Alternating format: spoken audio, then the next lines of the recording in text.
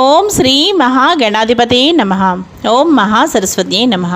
Welcome to Lavanya's life style. Friends, ఎప్పటిలాగే ఈరోజు కూడా ఒక మంచి డివోషనల్ అండ్ ఇన్ఫర్మేటివ్ వీడియోతో మీ ముందుకు వచ్చేసానండి. ఈరోజు ఈ వీడియో ఏంటి అంటే, అసలు 2025వ సంవత్సరంలో మనకి కార్తీక సోమవారం ఎప్పుడు వచ్చింది, అలాగే కార్తీక పౌర్ణమి తేదీ ఎప్పుడు, అలాగే పోలి పాడ్యమి తేదీ ఎప్పుడు, అలాగే కార్తీక సోమవారాలు ఎన్ని వచ్చాయి, ఇక కార్తీక మాసం విశిష్టత మరియు పూజా విధానం ఇప్పుడు చూసేద్దామండి. అలాగే మీరు లావణ్యస్ లైఫ్ స్టైల్ ఛానల్ని ఇప్పుడే విజిట్ చేస్తున్నారా?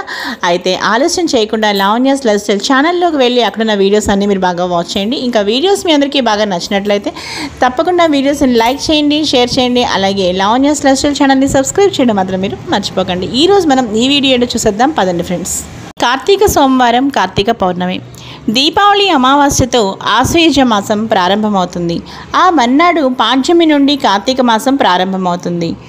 దీపావళి అమావాస్య తిథి తగులు మిగులు రావడంతో మనకి దీపావళి పండుగ అక్టోబర్ 20న దీపావళి పండుగ జరుపుకుంటారు. ఆ మరుసటి రోజు కూడా సూర్యోదయం సమయానికి అమావాస్య ఉండడంతో కార్తీక మాసం అక్టోబర్ 22 బుధవారం నుంచి ప్రారంభమవుతుంది.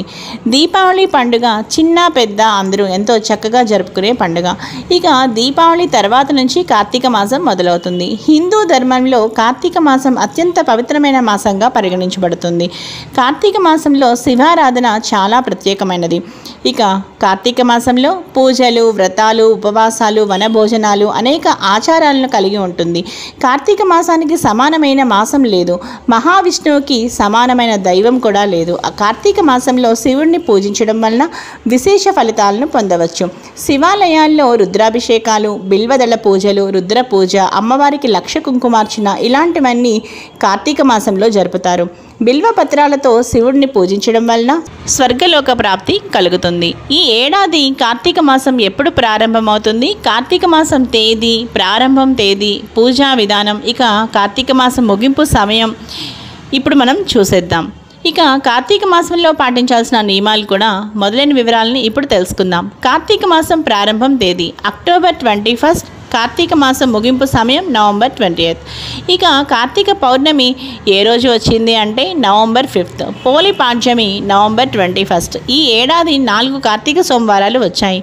సోమవారం అక్టోబర్ 27, ఫస్ట్ సోమవారం, రెండవ సోమవారం నవంబర్ 3, మూడవ సోమవారం నవంబర్ 10, ఇక 4వ సోమవారం నవంబర్ 17.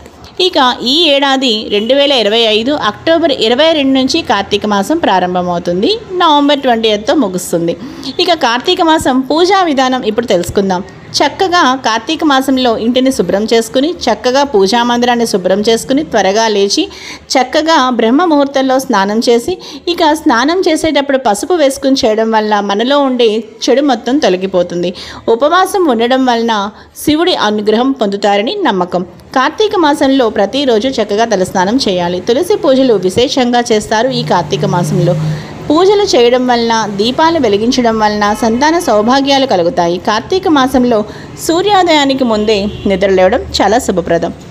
చూసారు కదా ఫ్రెండ్స్ ఈ వీడియో. ఇక ఈరోజు ఈ వీడియో మీ అందరికీ చాలా చక్కగా నచ్చింది అనుకుంటున్నాను. ఇంకా ఈ వీడియో మీ అందరికీ బాగా నచ్చితే తప్పకుండా ఈ వీడియోని లైక్ చేయండి, షేర్ చేయండి. అలాగే లావణ్యస్ లైఫ్ స్టైల్ ఛానల్ని సబ్స్క్రైబ్ చేయడం మాత్రం మీరు మర్చిపోకండి. మరో మంచి వీడియోతో కలుస్తాను. Keep on watching Lavanya's life style. అలాగే మీరు లావణ్యస్ లైఫ్ స్టైల్ ఛానల్ని విజిట్ చేసి అక్కడున్న వీడియోస్ అన్నీ కూడా చాలా చక్కగా చూడండి. మీకు ఏ వీడియోస్ నచ్చితే ఆ వీడియోస్ని వాచ్ చేయండి. అలాగే లావణ్యస్ లైఫ్ స్టైల్ ఛానల్ని సబ్స్క్రైబ్ చేయడం మాత్రం మీరు మర్చిపోకండి. మరో మంచి వీడియోతో కలుస్తాను. Keep on watching Lavanya's life style.